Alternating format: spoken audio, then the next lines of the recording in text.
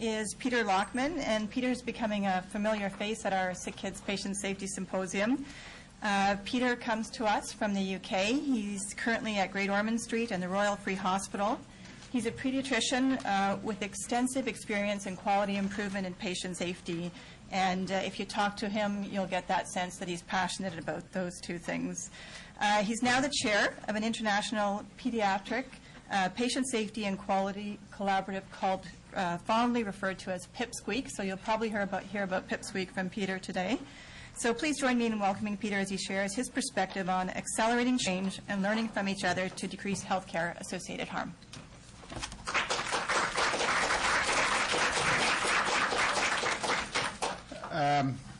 This is the right one. Doesn't take my jacket off.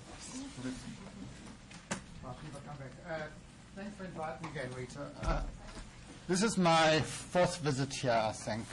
Started coming here in 2006 when I was based in Boston, and I've come every second year or so for the forum, and I've seen the numbers grow. So there's been progress. This is continuous improvement. We'd have a good graph up there showing the numbers have doubled this year. Is that right? So that's fantastic. What I'm going to talk about today is really about this accelerating change and how to learn from each other.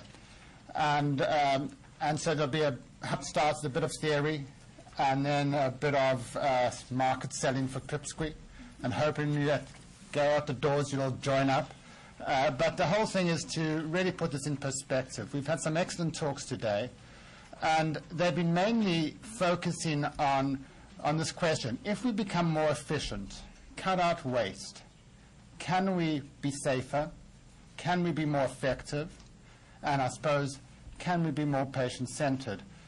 I have a problem with all of those, because the very fact that we're looking at effectiveness and efficiency tells us how inefficient we are. The very fact that we talk about patient-centeredness tells us how patient-uncentered we are. And we've really got to rethink healthcare from the start.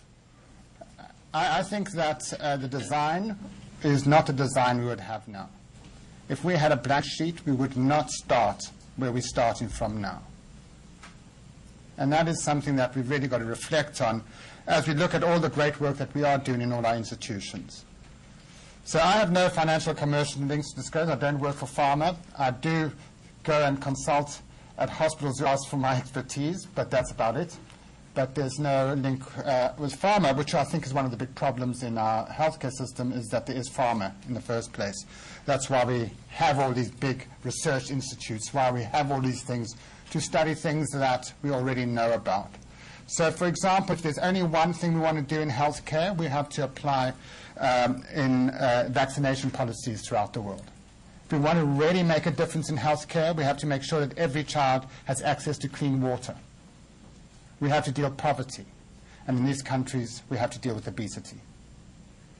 So if we really looked at what healthcare is, every time I come to a hospital and we talk about healthcare, I feel a bit guilty, because we're not talking about healthcare, we talk about disease management. Because that's why we have hospitals, to manage disease, because the health has already failed. So let's go on to this. You've got the learning objectives in your session. The question is, what is pediatric patient safety? The formatting is a little different because I'm on Apple and Mac, so sometimes it jumps out of things, but it's a new discipline. So when I trained, we didn't talk about patient safety. Yet, I recall quite vividly my first experience as a young registrar with patient safety, in which I had to tell a parent that we had killed their child. Why did I have to do it? Because it was 3 a.m. in the morning.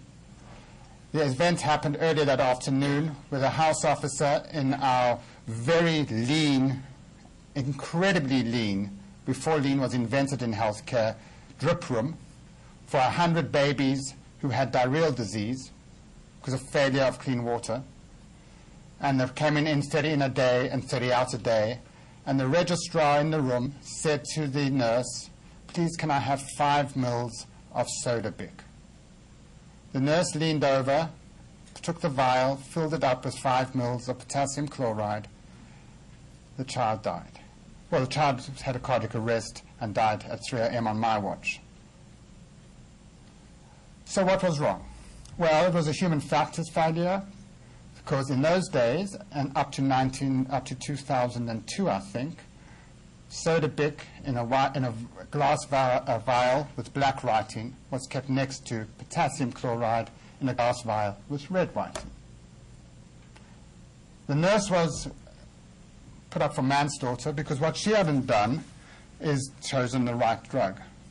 The doctor lost his license and was put up for manslaughter charges because what he hadn't done is check what the nurse had done, is put the vial on the syringe, and then he had to check. But just remember, he's got 30 coming in, 10 waiting outside, all dehydrated and who are in the same boat of acidosis, and he's got to get them in. So I learned 30 years ago about patient safety, but no one in that whole episode spoke about patient safety. The only time I learned about patient safety was in 2005, when I went to IHI for a year and had the privilege of meeting people like Jim Conway and Lucy Leap. So if you look at the problems facing children, is that this is a new era. These are the children in London when Great Ormond Street was founded 160 years ago. Lucy Leap has written a review of the history of patient safety.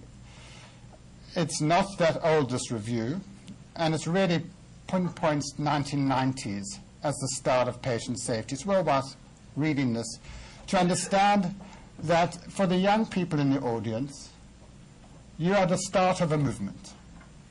For the older people of the audience, we had to join a movement, even though we always thought we were providing safe care. We now realize that a lot of the care we provided when we were growing up and learning was just plain unsafe. It was not patient-centered, it was just unsafe. We were lucky. Often I think when I look at the results of some of the talks today, they are really commendable, but what does the patient want to do in the ED, and this is a challenge to the ED group, about wait time after decision to admit? The wait time should be the time it takes for the porter to wheel the trolley to the bed in the floor. No longer and no less. That's what the wait time should be, from the decision to admit. No longer and no less. And that's our aspiration for patients to make it safe, because the minute the decision has been made, the ED staff take their eye off the ball, because now it's not their problem. It's now the floor's problem. So safety is there immediately. In the UK, the big event was this one, the Bristol Royal Infirmary in 2001. The reports came out in the late 1990s, and what happened was that at a cardiac unit in Bristol, babies were dying more frequently than they should have. The parents knew they were dying. The doctors knew they were dying. The surgeons knew they were dying, but they didn't say we were worse than anyone else. That was the defining moment in the UK. The Bristol inquiry that happened in 1995 afterwards, they reviewed 11 years of data.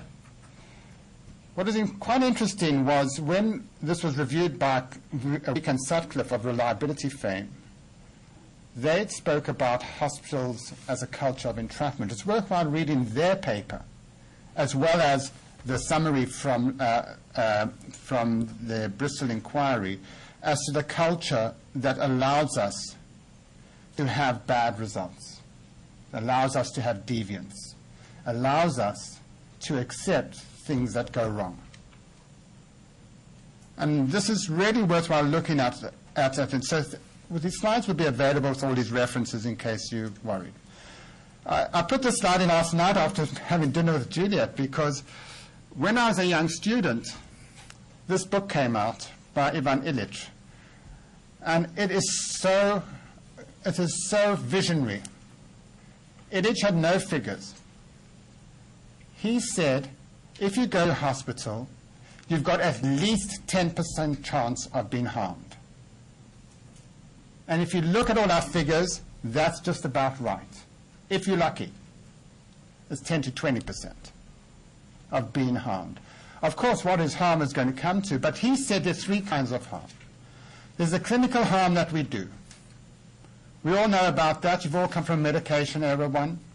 You've all come from line infections. You know the kind of harm that we do to patients.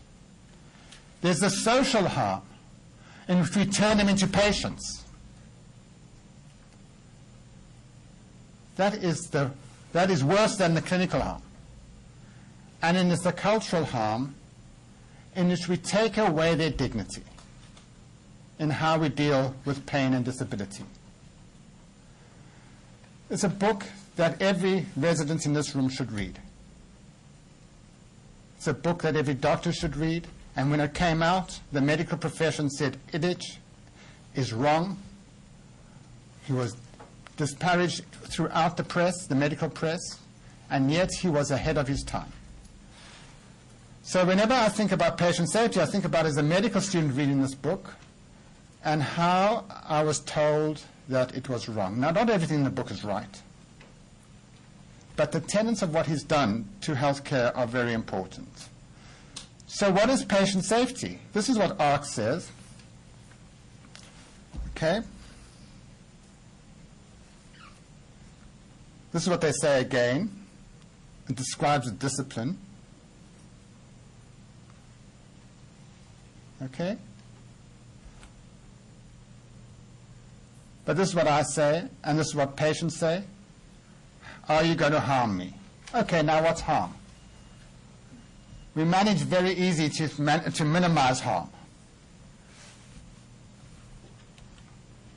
So IHI, where I trained, said this is what they decided in their trigger tool. An unintended physical injury resulting or contributing to medical care that requires additional monitoring, treatment, or hospitalization. When we redid the trigger tool, we made it very patient-focused. Anything you wouldn't like to happen to yourself. I don't want to wait in ED. I do not want to get a line infection. I do not want to be cannulated more than once. How many of you allow cannulation more than twice before giving up in the residence? How many of you stop and say, I have failed, I need to call someone else? Cannulation is one that really bothers me because that is so normal to say it's in the interest of the child. How many of you say, well, does the child need a cannula anyway in the first place? So I actually think it was Seattle at the Risky Business Conference in the talk, they spoke about decreasing line infection by decreasing the need for line infections. And they really got line infections down. I'm sorry they've gone, but they really got line infections down by decreasing the need. You couldn't put a line in unless you really could justify it. And that decreased line infections by a third, because a third of the children didn't get lines straight away. So remember Idic said 10% got harmed? Well, Vincent, who's the leading theorist in the UK, and I recommend his book on patient safety, which you can actually download from the website in summary form. He has a few chapters, and I can give you the website from Imperial College. He said he worked out, and he studied 10% of patients admitted to hospital experience harm. That's, of course, the harm that we define. If you start in the harms the patients define, then it's much more than 10%. Okay? But the more important thing is said, if staff had followed good practice, more than half of it would have been prevented. So what about harm in children? This is the harm in children from the NPSA, National Patient Safety Agency, just disbanded by our new government. It's not so new anymore, but they published this a few years ago, and they came up with these. Recognition of illness. Now, I'm talking to mainly people from children's hospitals, am I right?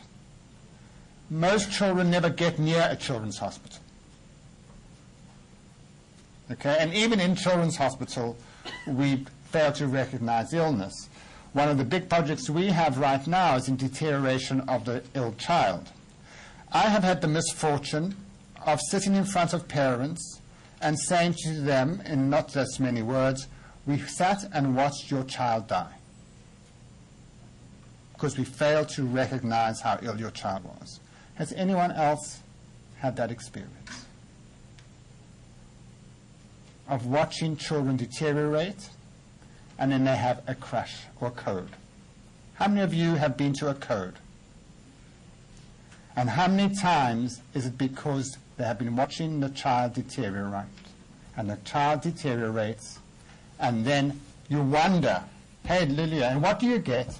You get the code team coming out, rescuing the child, and you give them stars. Well done for rescuing the child. You get early warning teams coming out, and you give them stars. And yet, we allow systems to allow deterioration. So that's what that one's about. The other one's important is communication. It's phenomenal that I have sat on so many inquiries and investigations where communication is the problem. In 2012, it is astounding. So this is the list that comes out harming children. So PIPSQC held a meeting in Paris as part of the international forum. So we asked the 60 people in the audience, or 70 people, no, about 100 that time, what are your problems? And these are the top 5 that came in. They said medication safety. So things like prescribing practices during ward rounds. Of the residents in the room, how many of you prescribe drugs during the ward round? On the ward round? Or do you go somewhere and do it safely? That's the question. So what I'm talking about is the attending says the child needs this change in medication and you do it on the ward round. While you're listening to someone else, while someone's talking about what they did last night, while the residents, the attendants teaching the medical students, while there's distractions, the nurses asking, then you write your change. Communication still remains a big problem. Culture. Staffing. We still have a system designed where we send the most experienced people home when the sickest children come in. Why? Because that's the way the interns learn, by practicing on children who are sick. Because that's how you get experience. That's how we've designed the system. Infections came up, and then there were a whole number more. So this comes from the floor. Now, what everyone said is that there is someone in a children's hospital, in a community hospital, who's working on one of these projects. Can we not share resources and solutions and avoid the trap of continually reinventing the wheel? And that's what PIPSQC is going to be about, is preventing us from continuing the wheel. I learned so much. I love coming to these kind of meetings because in my back pocket, I go back with more ideas than I come with. I learn about more solutions. When I go back, I'm going to ask our oncologists, what about this rapid hydration? Are you doing it? And if not, why? Why am I asking that? Because at Great Ormond Street, 10 years ago, we killed a child with vincristine given overnight, at night, by a registrar who so happened to be an anesthetic registrar, nice guy who I was friendly with, and who eventually lost his license because he was the last one in the chain of errors. He was doing a favor to the oncology registrar who had gone home. He was giving the vincristine, and he gave it intrathecally by mistake, by being a nice guy, and lost his career. And it wasn't his fault. I do not believe any chemotherapy should be given after hours, unless you have an after-hours hospital that's at the same level of intensity as your in-hours hospital. End of story. Run a 24/7 hospital, or do no high-risk stuff that you could do in the day because we're inefficient. That's a simple law. Once that starts happening, you start fixing your inefficiencies throughout the system. And I'm not putting fingers at SickKids, because it happens in every hospital in the world that this happens, because we don't run 7-day-a-week hospitals. we run 3 hospitals, a Monday to Friday 8 to 5, a Monday to Friday 5 to 8, a Saturday, a Sunday, and then we run some bank holiday ones too, which are slightly different. And in each of them, the risk goes up because the level of cover goes down. So let's look at some of the things that we couldn't do. I was fortunate to attend a workshop by this chap, Eric Holnachel, who's now the new rage. And he writes on resilience engineering. He's the next level. And he's, I was thinking that we got it. We've got reliability, we've got human factors, we've got lean, we've got variability management. And he's saying that's all patient safety 1. There's now something called patient safety 2, which is the next level. So, God, I came out of that 3-hour workshop feeling quite deflated. But he was actually a very good speaker and really worthwhile listening to. And for those who are interested, he runs free workshops in Denmark. And if you ever go into Europe, you can try and get you one of them. But basically, this is what his concept is that safety is the ability of the system to sustain required operations under both expected and unexpected. So when we're standardizing, we need to know when the unexpected is going to happen in that very patient. So we need to know when to vary.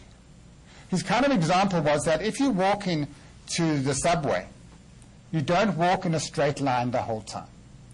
You're constantly varying according to what happens around you. His idea is that we need to really move beyond patient safety as it used to be.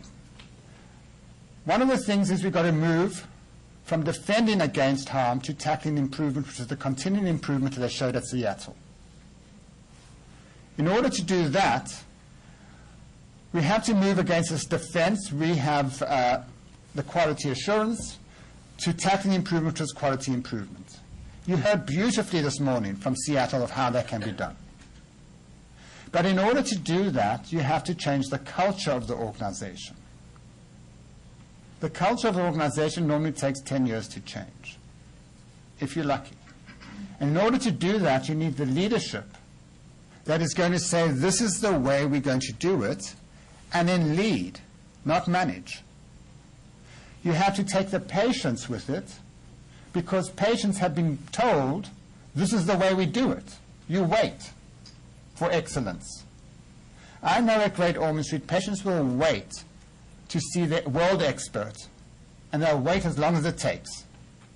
But I say, why should they wait? They should be able to have access when they need access, not when we think they can get access. How many of you classify referrals as urgent and non-urgent? Anyone do that? The letter comes in, you say, this is urgent, this is non-urgent. Now be the mother. Don't you think that is a bizarre construct? This is an urgent referral and this is a non-urgent referral. It's because it'd be rationing our health care without permission from the patient, from the family, without agreement. So we really need to construct access. I think access is so important. I'm not talking about access, just physical access, but it's intellectual access to the way we think about safety as well. The evolution of patient safety in Holnachel's model and now in our construct is that the failure of technology, we saw in our technology, we did that. Then we've decided it's more complex. It's not only the machines, it's the nurses and the doctors. So we looked at human factors and human failures. You could put them in different order. And then we looked at the system failures. That's just a vogue now. When things go wrong, the system goes wrong. So that's one of the ways we could look at it. We could look at, this is a combination of Vincent and Reason, done by a friend of mine, John Fitzsimons, looking at the different factors, trying to put it in these complex models. This is really great. And Matt, I left your slide out, which is on the human factors, is very similar to this. They're all the same stories. This is the system complex measure. That's what we think is healthcare. Because healthcare is incredibly complex. We are not going to solve it by ourselves. At Great Ormond Street, we won't solve it. At SickKids you won't solve it, at Seattle you won't solve it, but together we have more chance of solving it, of accelerating the change. That is the message today. But one of the things that disturbs me is this concept of violation. The violation and normalization of deviance, which we allow and celebrate in our hospitals. And why do I say we celebrate it? Because every day when I see it, I don't step up and say that is wrong. We see deviance. Washing hands is a good one. I mean, Juliet was telling a story of how a CHOP then changed the expectations of the customer, the parents and the children, to change the behavior of the provider. Yet how many times, how many of the residents will stop their attending from touching a child if the child has not, if their resident has not, if the attending has not washed hands? How many of you would do that? When I asked my residents, not one put up their hand. Said, I will stop my attending from touching the child if the attending has not washed hands in front of the child. That's normalization of deviance. And we allow it in our culture, and we have to change it. So violation is incredibly important, this simple concept. And then we heard this morning is that everything that talks about continued improvement comes from Deming.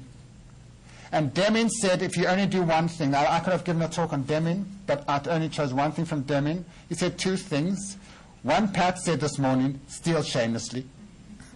So that comes from Deming, so that's great. That's not from Deming. The other one is taken from Deming too, is get rid of variation, because that's what their program's about.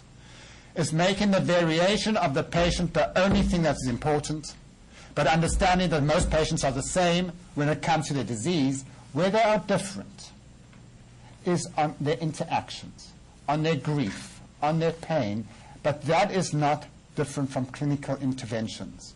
You treat asthma the Seattle way, the SickKids way, but not 20 doctors' way at Seattle or SickKids. Decide which way you treat it where you are, and that's the way you do it. And then think about the other things the patients need. So variation is very important. So can you see the kind of concepts that are coming through? And for the systems ideas, you saw all of this morning. And I put this in before I saw their talk, even though I had seen their talk before I knew they were going to talk about it. This is what you need. The will, ideas, execution, that's a typical IHI Deming kind of stuff. The system level aims, that is the vision of where you want to go. The leadership to do it, and I'm not talking about leadership at the executive level. That's important. I'm talking about clinical leadership. I'm talking about the fact that every doctor and nurse and pharmacist and physiotherapist and speech therapist, etc., in the room is a leader in their own right. And they have to lead all the time. The learning, I think, is incredibly difficult for us to do in healthcare, and we need to move on that. So what Holnacher says, sorry about it being slightly out of focus, I couldn't get this right, but it says we need to look at patient safety differently. Most of our time from the risk side looks at the serious incidents that occur, look at things that go wrong, and say we're talking about 10 to the minus 1 or 10 to the minus 2. But what he says is that we have to look also at what goes right all the time. What is going right and what can we learn from it, as well as what we go wrong, because far more goes right than goes wrong. Sometimes it's just by sheer luck it goes right, but we have to understand that too.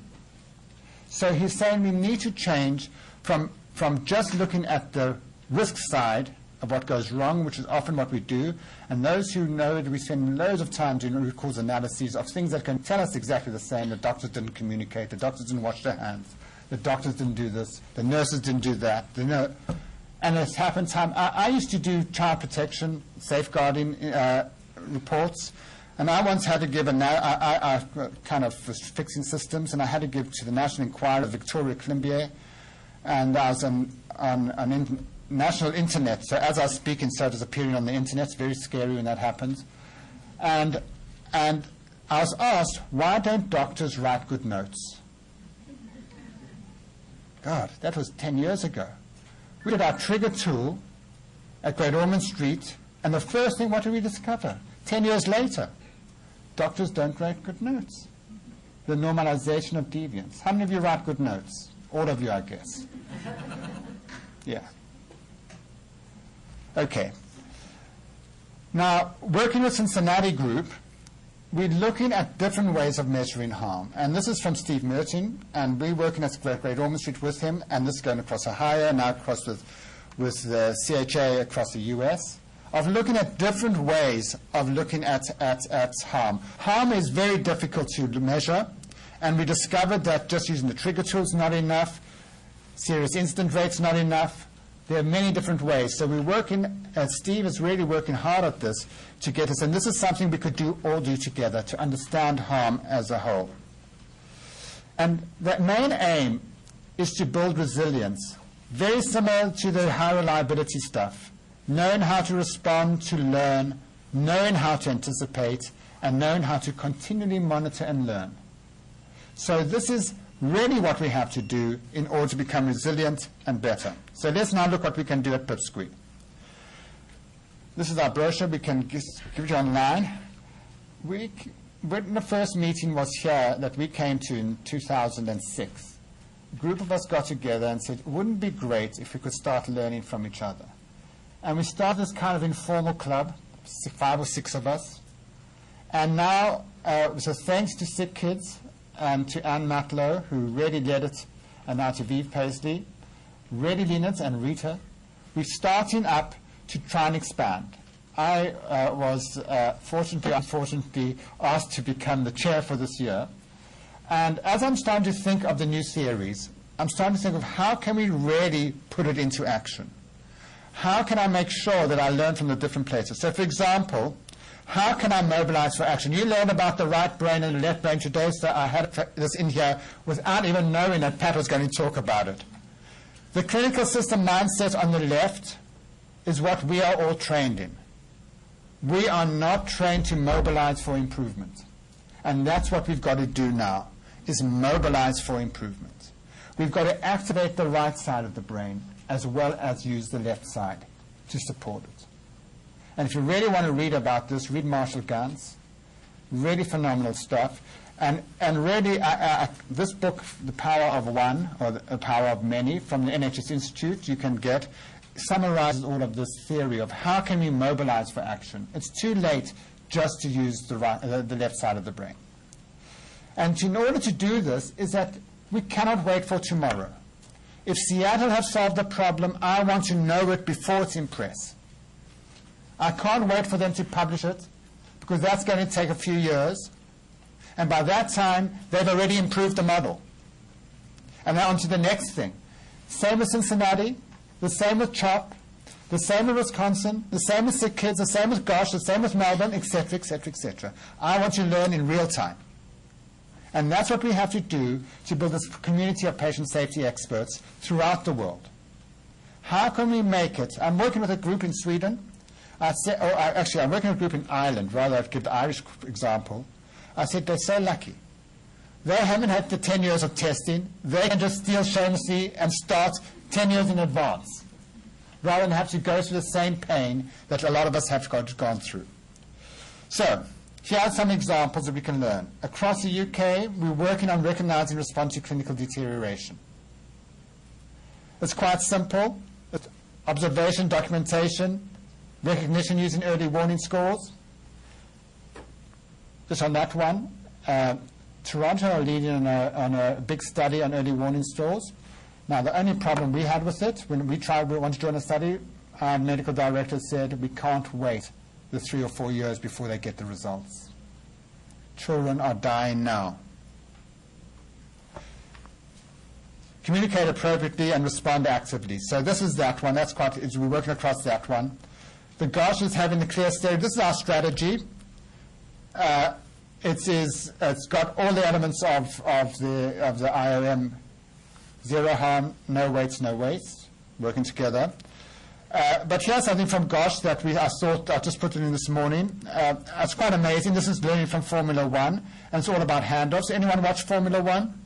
They have 2 minutes or 1 minute to change the tires. So what happened was our team were watching Formula One, Martin Elliott and Alan Goldman, and while they were in between operations, one's an intensivist and one's a surgeon, and I said, God, look at that. Can't we apply that to our handoff from the cardiac OR to the cardiac intensive care? So they went to Ferrari, and they learned how to do it. Why can't everyone do it? Not everyone has to go to Ferrari. And you've been. You want to go, yeah. So really, so this is the kind of thing, learning from other industries. Not everyone has to go to Toyota, because it has to be translated. We need the translation. So how can we do this? This is the Canadian trigger tool, for example, when it was done here. And I said to Anne, we're going to do one in the UK. And so I collaborated with Anne to learn about the experience in the UK, in Canada, to develop the UK trigger tool, which has now been used across the UK. Central line infections, I asked Pat to send me something last night to show that if someone is doing some good work, why can't they teach us how to do it? Why do I have to invent it myself? It's another one from I don't know what you sent. Mark sent me one too. So this is from Cincinnati. They are really looking with I think it's Cincinnati and National are looking at how can they decrease serious events. Fantastic work. Absolutely fantastic. Whenever I go to Cincinnati, I get so many ideas I can take back. And then suddenly I discover I have an idea that they want. And I thought it wasn't much of an idea. And they said, we want it. So this is how you're going to get change. This is from Lucille Packard when they decrease codes. I could go on and on and on, but I didn't have much more time because it's almost come to the end. And this is in Scotland. A whole country going on patient safety. 27 hospitals in the adult world, and there are about 15 of them with pediatric units or children's hospitals working on safety together. Can you imagine the power of that? In Scotland, for example, the power of 27 hospitals in the adult world, for 4 months, in every intensive care in the country, they didn't have a line infection. So that's amazing. And finally, in Ohio, they work together collaboratively. They don't compete on safety. They're working on all of these. And we at GOSH are joining up with Cincinnati to join up with what they're doing. And across the US, they're starting to do this with the Children's Hospital Association. And finally, and the most important thing, you partner with patients and families. I was privileged to work with Dea Michalizzi from Just in Hope. And now that I've met Juliet, there are so many people who can teach us more than we ever know, more than we can teach them. Thank you very much.